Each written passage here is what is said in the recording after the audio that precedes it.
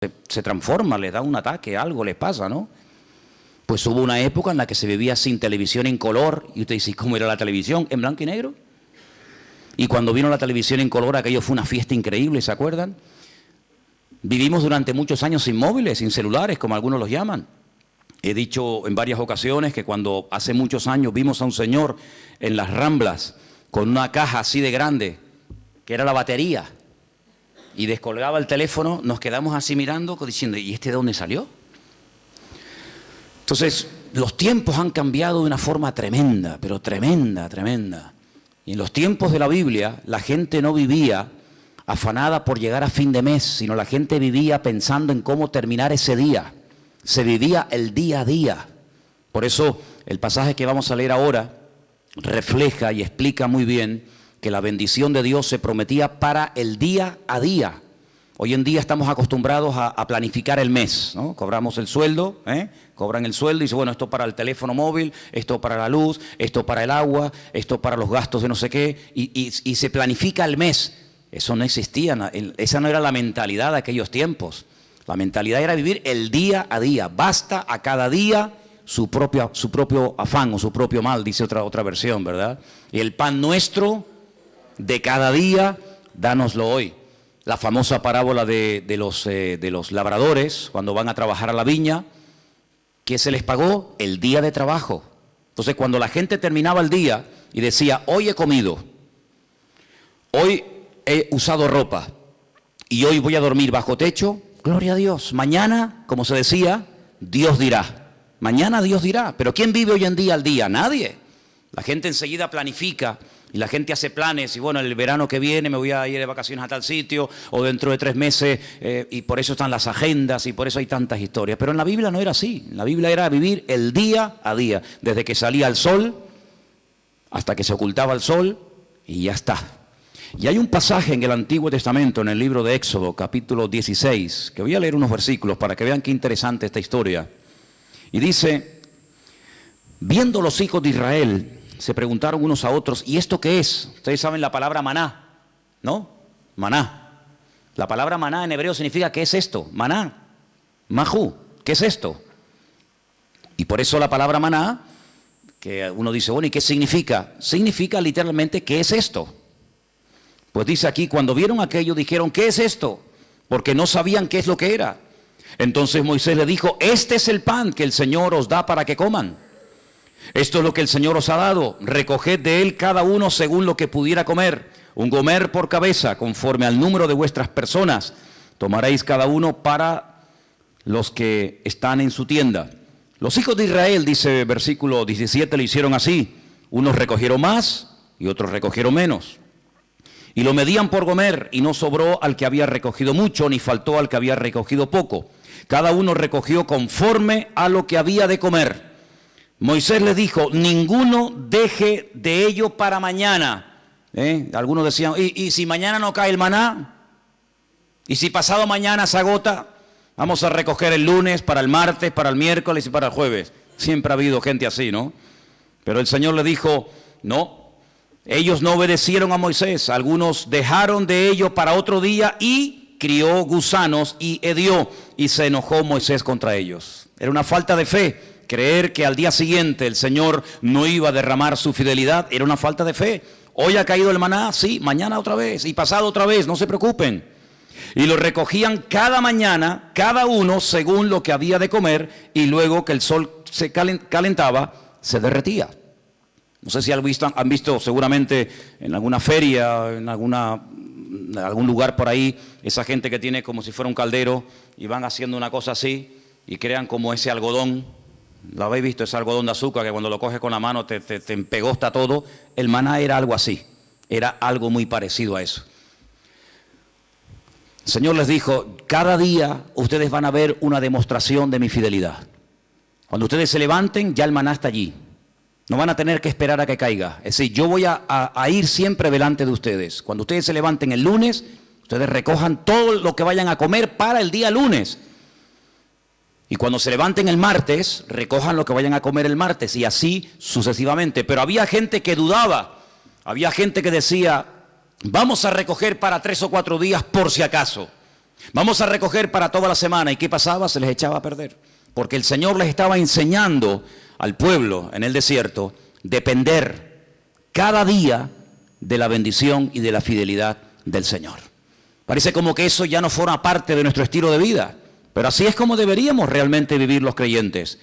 Hoy el Señor me ha bendecido, hoy el Señor me ha ayudado, hoy puedo dormir en mi cama, hemos comido, fíjate tú, hemos desayunado, almorzado, otros han merendado antes de venir al culto, otros antes de irse se ponen allí en el mostrador también a picotear, luego llegan a casa, vuelven a comer. Hermanos, Dios es fiel. ¿Cuál es la garantía de que mañana Dios me va a suplir mi necesidad que hoy me la ha suplido? ¿Cuántos dicen amén? Como Él no cambia, si Él hoy ha sido fiel, mañana otra vez volverá a ser fiel. Y yo tengo que fiarme de Dios. Yo tengo que depender del Señor, no de mes a mes, sino como dice la Biblia, el pan nuestro de cada día, dánoslo hoy. ¿Cuántos de los que están aquí hoy han comido? Veo que todos vienen vestidos. Algunos han venido en coche, otros caminando, otros en guagua. Cuando te vayas de aquí, cenarán, dormirán en sus camas. ¿Qué más queremos, hermanos? Dice la palabra de Dios, teniendo sustento y abrigo, estemos contentos con esto. ¿De dónde nace ese afán, ese agobio de venga y más y más? ¿De dónde nace? ¿De la Biblia? No. ¿De una relación sana con Dios? No, Señor. El cristiano sano, el cristiano que tiene una fe sana, completa, una fe coherente, una fe bíblica, no tiene que caer en ese afán, en ese agobio, en ese estrés y la deuda y no sé qué, y esto y lo otro. No, así no vivimos, así no tenemos que vivir los hijos de Dios. Los hijos de Dios tenemos que vivir de cara al mundo, de cara a la galería, con paz, con la tranquilidad de saber que nuestra vida está en las manos del mejor pastor del mundo, porque dice la Biblia, el Señor es nuestro pastor y nada nos faltará. ¿Cuántos dicen amén? Por lo tanto, en el Sermón del Monte, el Señor cuando enseña a orar a su pueblo dice, y el pan nuestro de cada día, dánoslo hoy. ¿Se puede orar por el pan nuestro de cada día? Claro que sí. Pero en ningún momento tenemos que estar preocupados por los próximos 15 días, por la próxima quincena, por el próximo mes. Eso no es bíblico, eso no es bíblico. El Señor quiere que aprendamos a depender de Él, a confiar en Él cada día, sin preocupaciones, sin agobios, sin estrés. Ya sé que esto a lo mejor suena a locura. Ya sé que la gente de la calle, la gente que no tiene a Dios, pues no viven así. Pero es que usted no tiene que imitar al mundo, usted tiene que imitar al Señor Jesucristo y obedecer su palabra.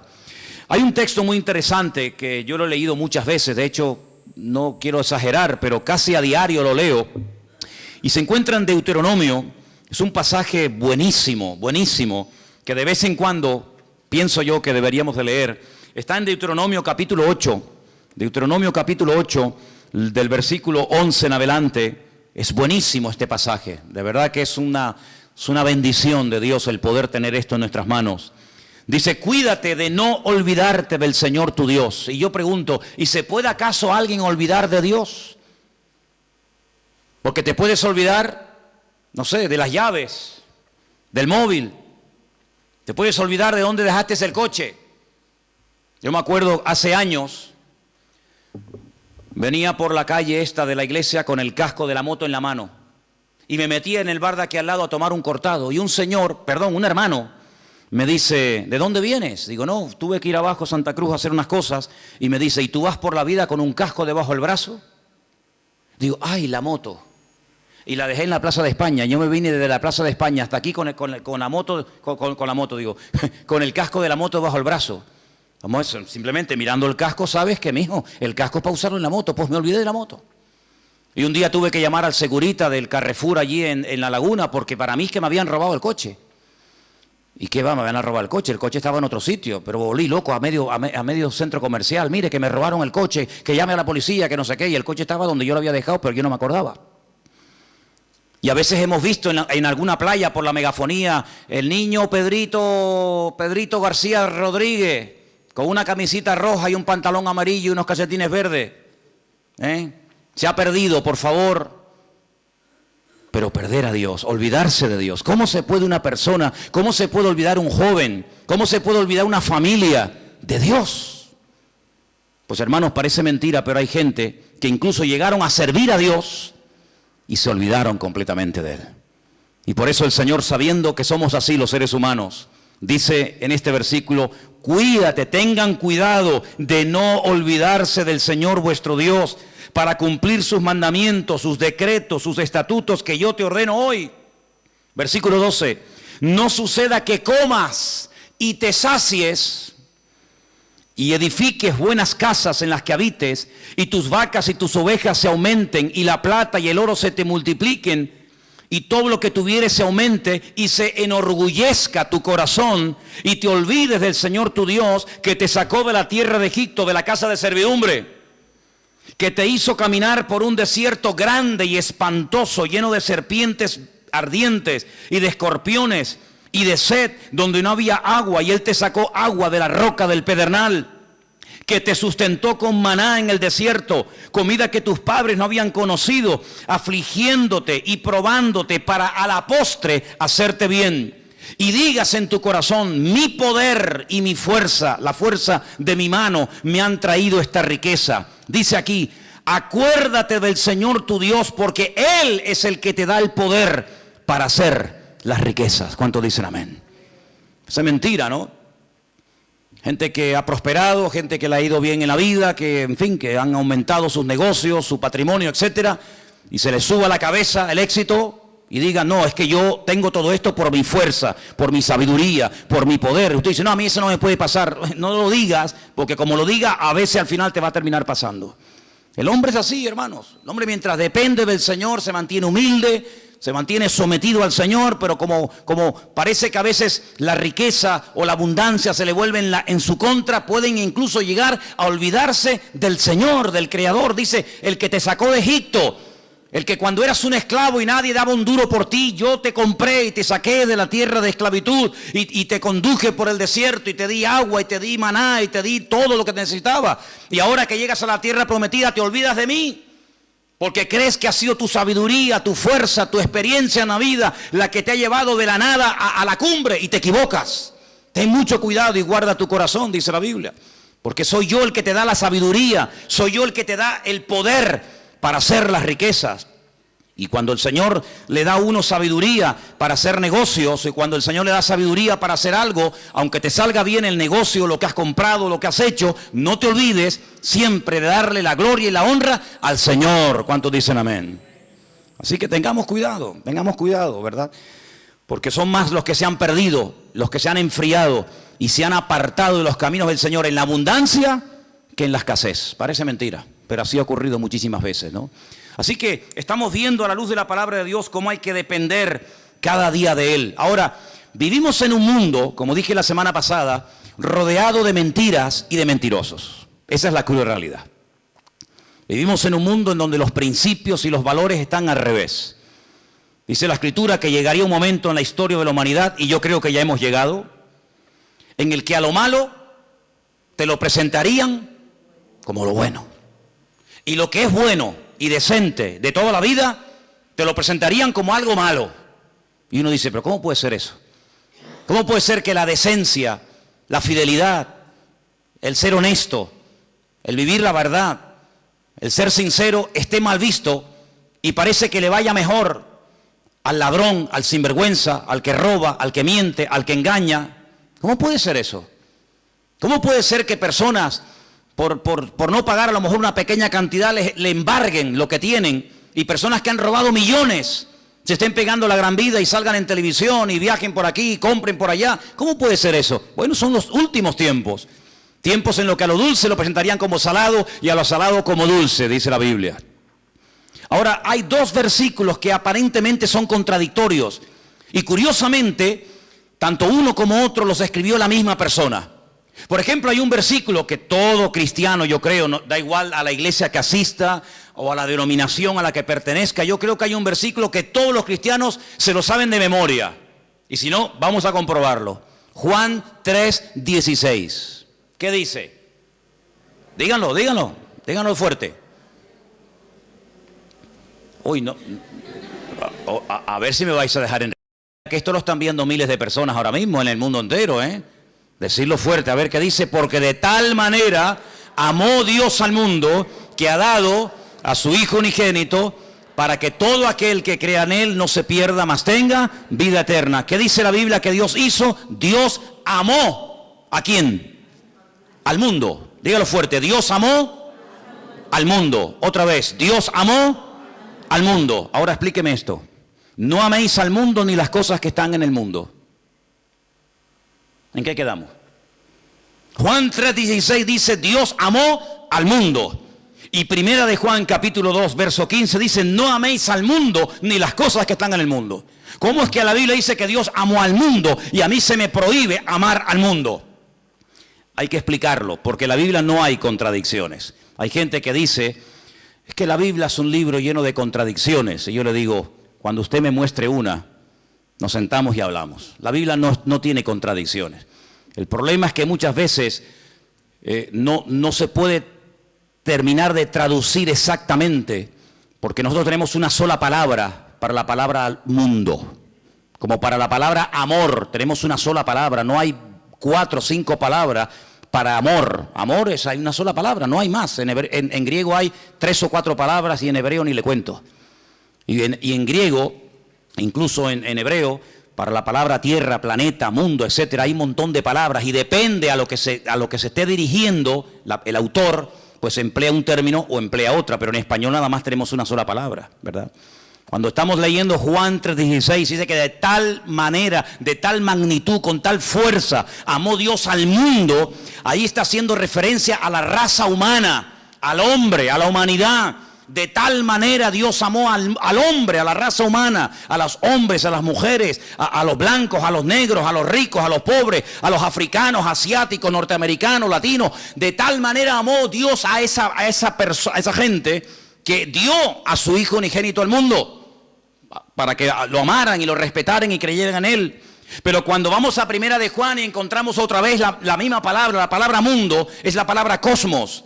Y la palabra cosmos nos habla acerca de un estilo de vida, de unos principios, de unos valores que no son los nuestros.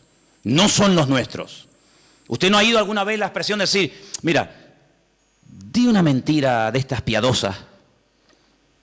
De hecho, incluso hasta cuando éramos católicos, se nos decía que había 2 tipos de pecados. Bueno, se nos decía, no, se siguen diciendo. Pecados mortales y pecados veniales, ¿sí o no? Amigo. Es decir, que hay pecados que son graves delante de Dios y pecados que, bueno, que Dios hace la vista gorda, no pasa nada. Una mentirijilla de vez en cuando para salir del paso, ¿sí o no? Eso se nos ha enseñado toda la vida. Cuando vamos a la palabra nos encontramos que hay un sistema, un estilo, una filosofía de vida que es totalmente opuesta a nuestro estilo de vida. ¿Por qué? Porque en el mundo, cuando 2 o 3 o 4 hombres se juntan en un bar, en un negocio, donde sea, y comienzan a hablar, ¿de qué suelen hablar? De mujeres. Y presumen de las veces que han engañado a sus esposas. Y presumen de que tuvieron relaciones con esta y con aquella y con la otra y con mengano. Sin embargo, eso en el círculo cristiano se nos tendría que caer la cara de vergüenza y darnos vergüenza de haber hecho eso. Son puntos de referencia completamente diferentes. Y en el mundo es normal mentir, y en el mundo es robar, pues decir, mira, sí, y era no, o no, cuando era sí, o decir, ¿cuánto tienes? 5, y es mentira, tienes 10. En el mundo todo eso es normal. Y cuando dice la Biblia, no améis al mundo, se refiere, no imites la forma como vive la gente.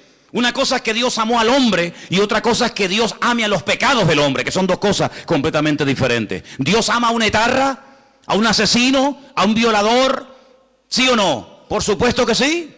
¿Faltaría más? Si no, madre mía. Pero eso quiere decir que Dios ama su estilo de vida.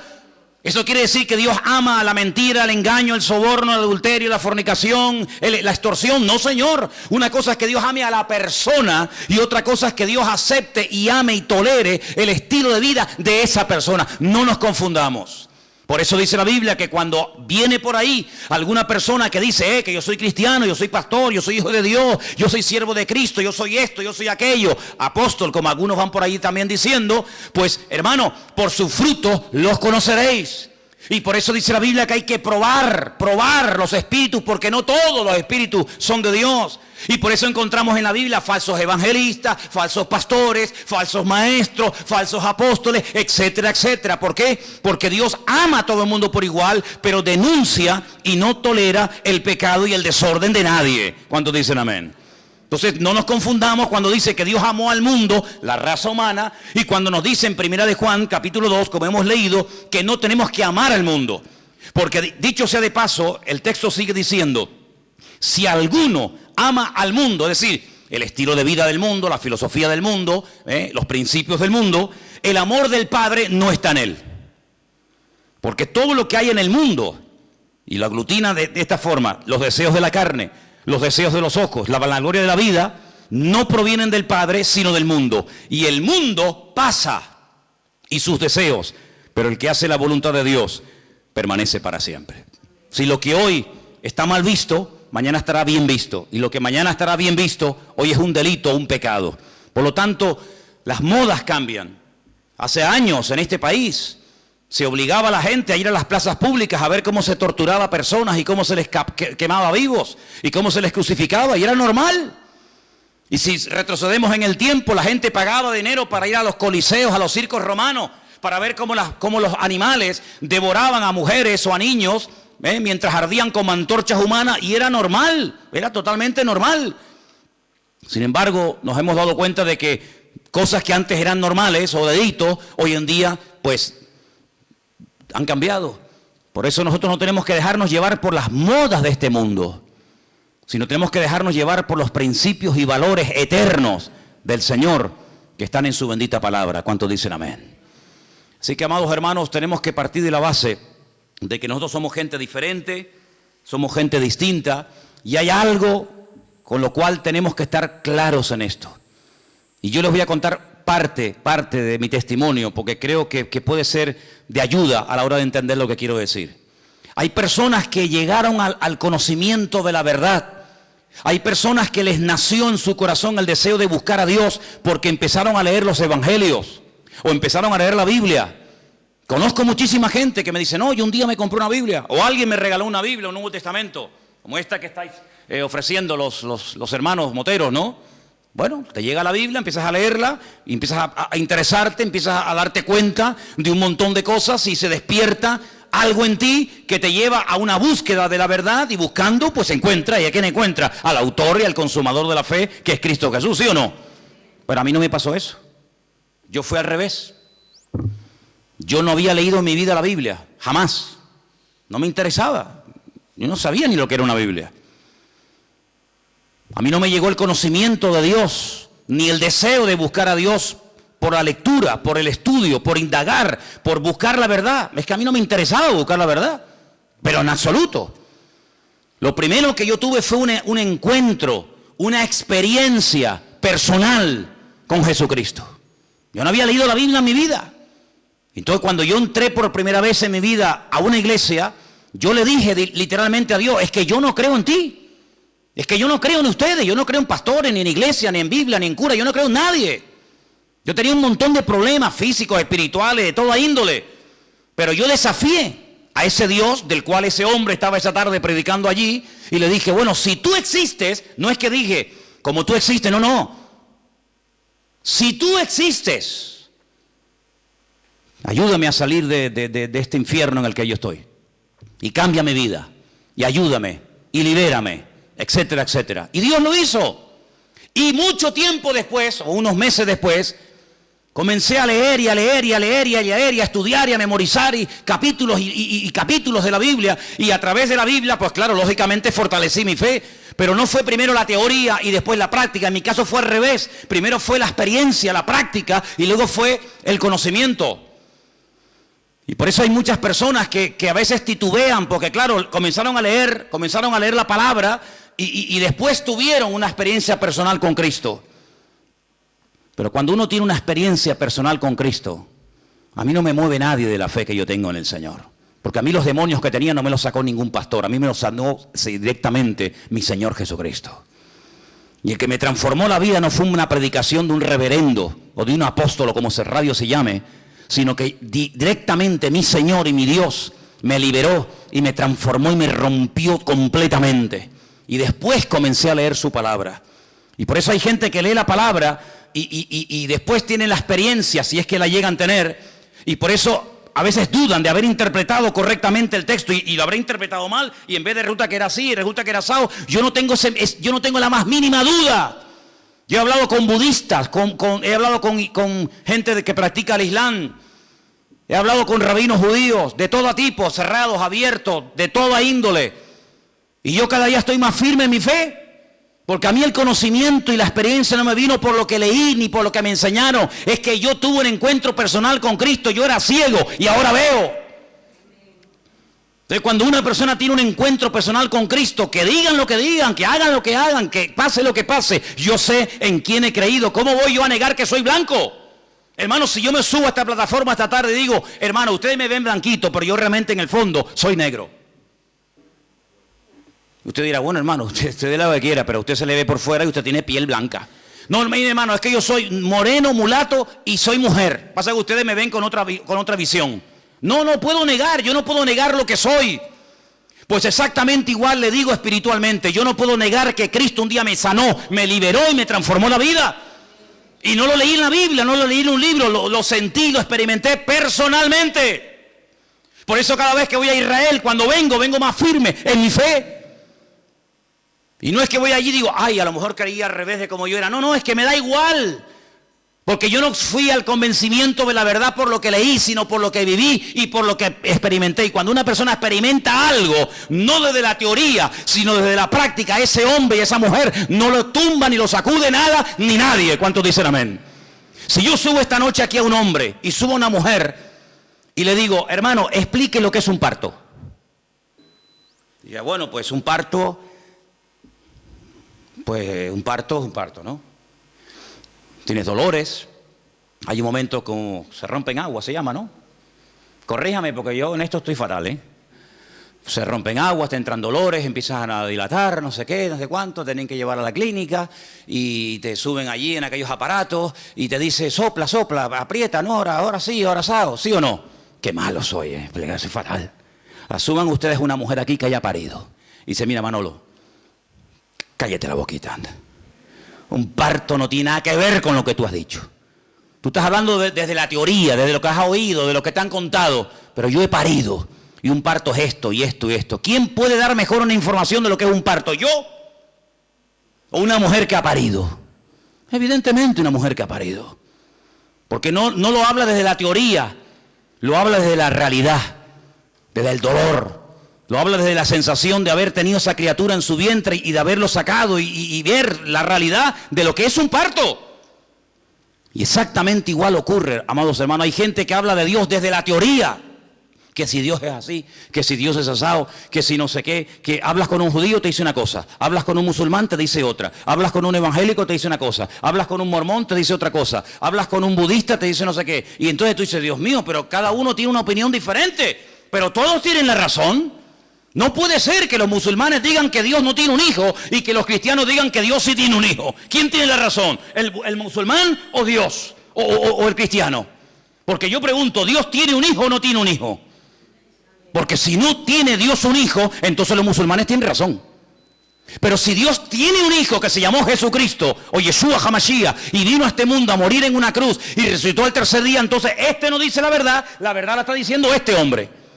La pregunta que muchas veces me han dicho es ¿cómo es posible que un pueblo tan culto, tan sabio, tan preparado, personas que están todo el día desde que se levantan, créanme, desde que se levantan hasta que se acuestan, leen y memorizan y aprenden y me refiero al pueblo de Israel, ¿cómo es posible que ellos no crean que Jesucristo es el Hijo de Dios? Porque te explican otra cosa y te quedas con la boca abierta y te dicen arriba y abajo y el verbo, el ifil, el itpalel y el pual y te explican todas las conjugaciones del verbo. Pero cuando hablamos de Jesucristo no tienen ni idea. Y uno dice, ¿cómo es posible que nosotros que no hemos sido criados en este ambiente, por lo menos yo, tengamos las ideas más claras y podamos explicar no desde la teoría de un libro, sino de la experiencia personal, quién es y quién no es Jesucristo? ¿Cómo es posible que 14 veces se hayan equivocado los judíos nombrando a un Mesías que luego le salió el tiro por la culata? Lean la historia de Bar Kokhba, Una ruina trajo a Israel. ¿Quién lo apoyó? Uno de los rabinos más grandes en la historia de Israel, Rabí Akiva. Un hombre que fue capaz de morir torturado. Dice que mientras lo quemaban los romanos en el 100 y pico después de Cristo, con pinzas le arrancaron la piel y todos los trocitos de piel que le quedaban con un cepillo de púas se la arrancaron. ¿Cómo es posible que un hombre que murió de esa manera torturado dijera que Jesucristo fue un impostor? Y después tuvieron a otro llamado Sivitai. Y ese fue una ruina total porque la mayoría de los judíos del mundo entero lo reconocieron como el Mesías. Y al final, cuando lo apresaron los turcos, cuando lo prendieron los musulmanes, le dijeron: o claudicas de esto o te matamos. Y se convirtió al Islam. Y todavía ni se han recuperado. ¿Y cómo es posible que hace unos años, en todas las calles de Israel, en los taxis, en las guaguas, en los colegios, en la radio, en la televisión, por todas partes había pancartas: que viene el Mesías, que viene el Mesías, que viene el Mesías, el viejito Lubavitch, un viejito así chiquitito, ese es el Mesías? Y resulta que se murió, y todo el mundo dice: uy, ¿ahora? Y ahora eso que le estaban esperando y lo habían proclamado como el Mesías, dice: no se preocupen, de un momento a otro resucita y viene y está entre nosotros otra vez. Y yo digo: Dios mío, ¿cómo es posible que esa gente tan culta y repito, tan sabia y que profundiza tanto la Escritura se hayan equivocado tantas veces? No una, ni dos, ni tres, ni cuatro, muchas veces proclamando a falsos mesías. Bueno, es que eso está escrito. Eso no es producto de la casualidad. Es que eso ya lo profetizó el Señor en el libro de Isaías capítulo 29. Y quiero leértelo para que veas, es algo impresionante. Que lo que les ha ocurrido estaba escrito, estaba profetizado. Y no nos tiene que sorprender. Y dice en Isaías capítulo 29, a partir del versículo 10, ceguera e hipocresía de Israel. Fíjate qué curioso el capítulo, ¿no? Yo sé que los nombres de los capítulos no son, digamos, inspirados, originales, pero solamente se le llama a este capítulo la ceguera espiritual de Israel. Y mira lo que dice aquí. Porque esto se escribió antes del nacimiento de Cristo, no se escribió en el Nuevo Testamento. Ah, claro, eso lo escribió Pablo, lógico. Es normal que Pablo o Pedro o Juan o Santiago o Mateo digan eso. No. Esto lo escribió Isaías antes del nacimiento de Cristo. Cómo él proféticamente recibe la revelación de cómo iba a actuar esa gente. Y dice así: porque el Señor derramó sobre vosotros espíritu de sueño. Esto es un judío hablándole al pueblo de Israel. Dios derramó sobre vosotros espíritu de sueño y cerró los ojos de vuestros profetas y puso velo sobre las cabezas de vuestros videntes. Ah, ahora entiendo. Ahora entendemos, claro. Y os será toda visión como palabras de libro sellado. Por eso leen y leen y leen y leen y memorizan y aprenden y no entienden. El cual si dijere al que sabe leer y le dijeren: lee ahora esto, él dirá: no puedo, porque está sellado. Y si se le diera el libro al que no sabe leer, le dicen: lee ahora esto, y él dice: es que no sé leer. Dice pues el Señor, escucha bien la explicación de Dios, estas son las palabras de Dios al pueblo de Israel: porque este pueblo se acerca a mí con su boca y con sus labios me honra, pero su corazón está lejos de mí. Y su temor de mí no es que un mandamiento de hombres, como dice otra versión más cercana al original, un mandamiento enseñado y aprendido de memoria, que les ha sido enseñado. Por tanto, he aquí que nuevamente excitaré yo la admiración de este pueblo con un prodigio grande y espantoso, porque perecerá la sabiduría de sus sabios y se desvanecerá la inteligencia de sus entendidos. Ahora puedes ver cómo un niño en la escuela dominical, un domingo a la tarde, es capaz de ver en Juan capítulo 1, cómo el verbo, que en un principio era Dios, se hace hombre, se humana, se encarna y habita entre nosotros y vemos su gloria. Y no tiene ningún problema en aceptar eso. Y después te encuentras a un hombre que lleva 70, 80 años de su vida leyendo 16 horas por día la Biblia, por la mañana hasta por la noche. y es incapaz de ver a Cristo en las Escrituras. ¿Por qué? Porque el profeta Isaías dijo: en los últimos tiempos derramaré un espíritu de ceguera en vuestros videntes, en vuestros profetas, en vuestros sabios, de tal manera que van a leer y dice como que no lo puedo leer porque no lo entiendo. Es como si estuviera sellado. Increíble, increíble. Ya sabemos que en los últimos tiempos el Señor tratará de una forma especial, pero lo importante es que todos y cada uno de nosotros valoremos el hecho de haber podido entender el Evangelio, porque haber entendido el mensaje, el propósito por el cual Cristo vino a este mundo nos ha cambiado la vida, ¿sí o no? Cuando una persona encuentra la verdad, yo no tengo que buscar nada más, créanme, yo no tengo una insatisfacción diciendo: oye, estaré en la verdad, me habré equivocado, me habrá engañado esta gente, y a veces resulta que yo he creído en esta iglesia evangélica y ahora resulta que estoy en la mentira, me he metido en una secta, me están comiendo el coco, a veces resulta que en vez de este camino era el otro, ay, madre mía. Es que yo sé en quién he creído. Yo no me convertí a la iglesia evangélica. Yo no soy representante de la iglesia evangélica. Yo soy embajador de Cristo y Cristo fue el que cambió mi vida. Y me reúno aquí porque con ustedes me siento a gusto y porque creo que todos tenemos una experiencia en común. Pero si así no fuera, probablemente buscaría otro lugar donde poder congregarme. Pero no porque me haya convertido a una iglesia llamada iglesia evangélica. Yo no me he convertido a nadie, ni he cambiado de religión. Yo he pasado de muerte a vida, porque Cristo ha perdonado todos mis pecados y de ahí no me muevo ni a palos. ¿Cuántos dicen amén? Y por eso tenemos que tener bien claro, ahora que se nos está yendo el año, ahora que estamos llegando a la recta final, ¿estás hoy más firme en tu fe que el 1 de enero? ¿Estás hoy más firme, más bien anclado en las cosas del Señor que hace 4 o 5 meses atrás? Espero que sí. ¿Cuántos dicen amén? Quiero leerles un versículo en esta tarde.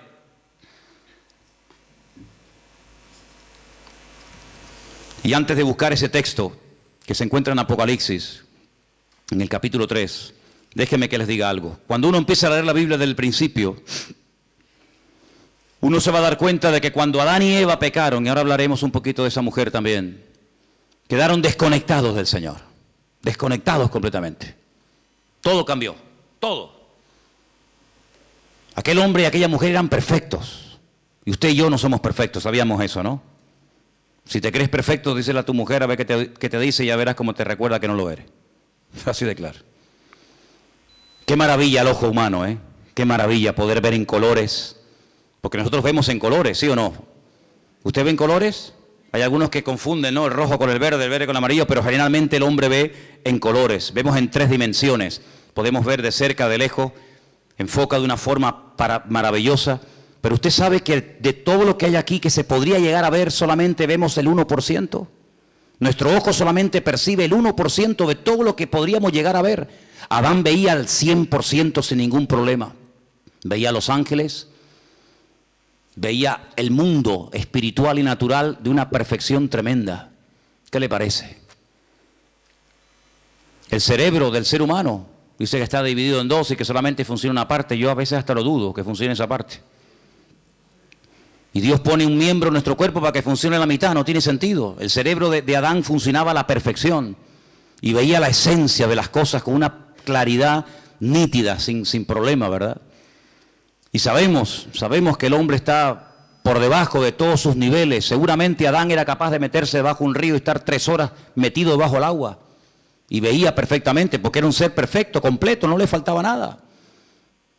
Probablemente, sabe Dios, hasta con el pensamiento podría trasladarse de un lugar a otro y volar. Yo qué sé lo que aquel hombre podía haber llegado a ser. Sin embargo, el pecado lo deterioró todo. El pecado lo reventó todo. No somos ni la sombra de lo que un día el Señor creó. El mundo era perfecto, el mundo que tenemos no es perfecto. Vayan a Madrid ahora, van a ver esa capa, esa nube negra encima, ¿verdad? El otro día las imágenes de Pekín, los pobres chinos con máscara, allí ahogándose, asfixiándose. Este mundo no tiene nada que ver con el mundo perfecto y maravilloso que el Señor creó. Pero a pesar de la rebelión y del pecado del hombre, Dios proveyó un sistema, y eran los sacrificios. ¿Y qué hace Abel? Presenta un sacrificio ¿para quién? Para él. Él tiene deseo de acercarse a Dios y presenta un sacrificio para él, pero no lo podía hacer para otra persona. Pero cuando avanzamos en la historia, vemos que llegamos a Egipto y vemos que ya Dios dice, bueno, ahora no solamente el hombre puede acercarse a Dios a través de un sacrificio de animales, sino que ahora el papá el cabeza de la casa puede presentar un sacrificio para la familia. Y dice que sacrificaban un cordero para toda la familia. Así que de uno individual pasó a toda la familia. Y después resulta que cuando seguimos avanzando en la relación con el Señor, encontramos que una vez al año se mataba un cordero para toda la nación. Así que pasamos de uno, pasamos a la familia, y de la familia pasamos a la nación. Pero ¿de qué nación estamos hablando? De la nación de Israel. Y todas las demás no entran, están fuera del pacto, están fuera. Pero cuando vino el Señor Jesucristo, ¿por quién vino a morir? Por toda la raza humana. Y ahí entramos tú y yo, queridos hermanos, los que estaban, los que aún no habían nacido. Y por eso yo te pregunto, en estos últimos días, en estas últimas semanas que nos quedan para concluir este año 2015, ¿tú has tenido ya tu encuentro, tu experiencia personal con Cristo?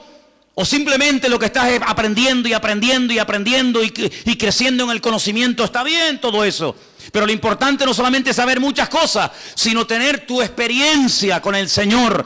Porque si mañana nos quitan las Biblias, si mañana nos cierran los templos y ya no podemos depender de un culto, de una predicación o de un pastor, ¿qué va a pasar con nosotros? Nada. ¿Por qué? Porque estamos conectados a través de nuestra propia experiencia con la fuente de la vida, porque tenemos nuestra propia experiencia con Cristo.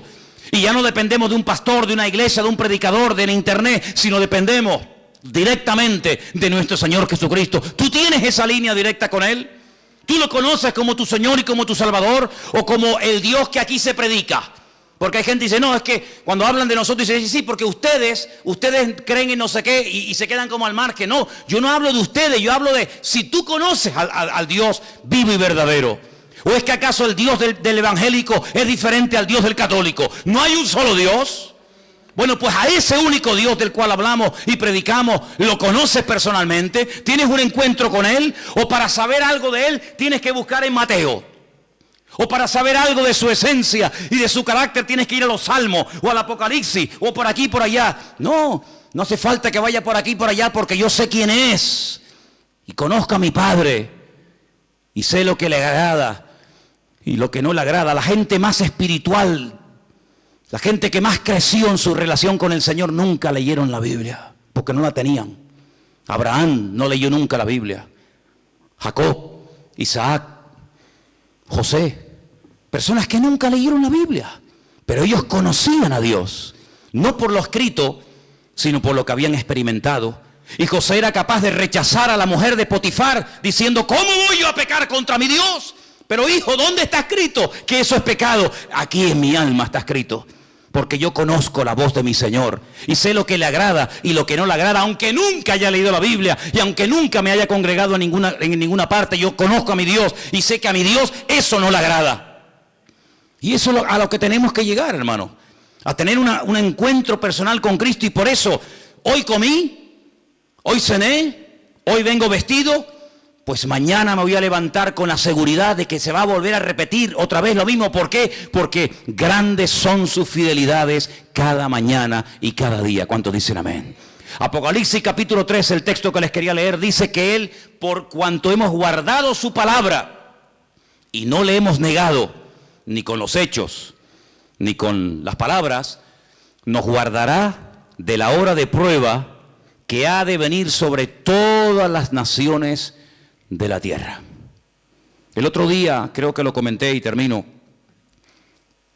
decían que en los estatutos, en las leyes de la ONU, hay un artículo que dice que cuando 5 naciones pelean, cuando 5 naciones, digamos que entran en un conflicto bélico, en ese artículo se encuentra la expresión de que ya se puede hablar de una tercera guerra mundial. En este momento hay 10 naciones, no 5, 10 naciones peleando contra un enemigo en común. Y por eso ellos dicen que oficialmente ya se puede decir, ya se puede declarar que estamos ya en una tercera guerra mundial, donde Inglaterra, Francia, Estados Unidos, Rusia, Arabia Saudita, etcétera, etcétera, ya han entrado en un conflicto que no tiene marcha atrás. Estamos en la recta final no solamente del 2015, estamos en la recta final de la historia de la humanidad. Y en estos últimos tiempos, el Señor todavía sigue llamando a los corazones de los seres humanos. En estos últimos tiempos todavía el Señor tiene interés por ti y por mí. Yo no sé qué ha visto en nosotros, pero Dios no va a parar hasta que tú le entregues tu vida y hasta que tú le entregues tu corazón al Señor. Y yo doy gracias a Dios de que Él se ha empeñado en salvarme, de que Él se ha empeñado, está empecinado en transformar mi vida. Claro, uno siempre se escuda, ¿no? No, es que yo soy no sé qué, es que no. Mira, solamente sé una cosa. Da igual dónde hayas nacido, da igual la religión que hayas practicado, tal vez ninguna. La cruda realidad es que todos delante de Dios estamos desnudos y todos urgentemente le necesitamos. No hay un verdadero cambio. Una persona puede cambiar y estar una temporada buena, pero eso no es lo que yo buscaba. Porque yo también, cuando estaba sin Cristo, también tuve mis buenas temporadas. Fueron las mínimas. Pero aquí lo que queremos no es solamente cambiar, dejar ciertas y determinadas cosas, o hábitos, o sustancias, o me da igual. No. Aquí lo que queremos es cambiar de vida. Y no se puede cambiar de vida, no se puede estar permanentemente sin meter la pata, perdonen la expresión, no se puede estar permanentemente, digamos, viviendo en victoria y en bendición, no se puede, es imposible. Y usted dice, bueno, ¿qué esperanza me está dando este hombre? Humanamente, ninguna. No hay posibilidad de cambiar, solamente a través de Cristo Jesús. ¿Cuántas personas lo han intentado? Curas de sueño, acupuntura, de todo lo que te puedas imaginar. Tarde o temprano vuelven otra vez al mismo rollo. Porque no hay libertad verdadera hasta que conozcas a Cristo Jesús. No te hablo de la iglesia. Si usted busca otra iglesia que le guste más, que te guste por lo que sea, váyase a esa, no tenga problema. Usted váyase a donde mejor se encuentre. Pero no te olvides que las iglesias no están para cambiar a nadie, sino para decirte quién es el que cambia. Y el que cambia es nuestro Señor Jesucristo. Cierra tus ojos ahí donde estás. Quiero que oremos en esta tarde de verdad, de todo corazón, y le pidamos al Señor que abra nuestros ojos, que quite la ignorancia, la ceguera de nuestra vida, para que nos demos cuenta de que la única manera de salir de este sistema falso, maligno, es a través de Cristo. Salir de este círculo vicioso, salir de esta rueda que gira y gira y gira y no nos lleva a ninguna parte. La única manera de poder vivir en victoria es a través de Cristo Jesús. Y por eso en esta tarde estamos agradecidos con el Señor, porque Él nos enseña un nuevo estilo de vida basado en la libertad, no en el miedo, en la libertad gloriosa de los hijos de Dios. Ninguna condenación hay para los que están en Cristo Jesús. Y por eso en esta tarde queremos acercarnos al Señor con la fe y con la seguridad de que se puede vivir en paz y en victoria si ponemos nuestra confianza en el día a día, en ese Dios que ha prometido ayudarnos todos los días hasta el fin del mundo. Aleluya. Si en esta tarde hay entre nosotros algún hermano, alguna hermana, alguna persona, algún joven, me da igual, que tal vez por primera vez en su vida, fíjate lo que te digo, por primera vez en su vida dice, pues oye, yo quiero entregarle mi vida al Señor. Yo, más que fe y confianza en una religión o en una institución, en quien yo quiero tener mi confianza es en el Señor. Porque uno oye cada cosa de los que se dedican a la religión que te quedas con la boca abierta. Pero yo no te hablo de religión, yo te hablo del Señor. Y a mí quien me sacó los demonios y quien me cambió la vida fue mi Señor. No una iglesia ni un pastor. Y yo te hablo de ese Señor que te ama y te quiere liberar y te quiere bendecir. Si tú le quieres entregar tu vida a Él, ahora es el momento y el lugar idóneo para decir, yo le entrego mi vida a Jesucristo. ¿Hay alguien? ¿Quieres levantar tu mano y oro por ti un momentito? ¿Alguien le quiere entregar su vida al Señor por primera vez? Dios te bendiga. Dios te bendiga, valiente. ¿Alguien más? Alguien más que dice, yo también le quiero entregar al Señor mi vida.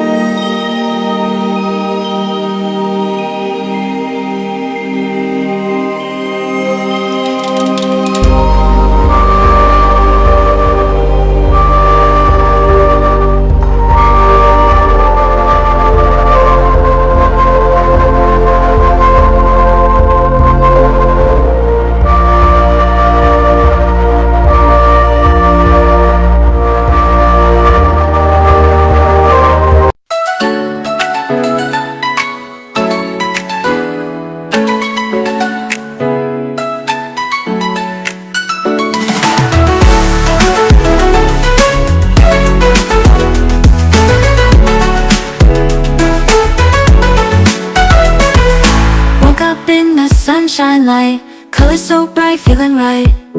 Hop in my shoes, run into the day, sparkles in the air, come and play. Laughing and dancing around we go, hearts are like fireflies aglow.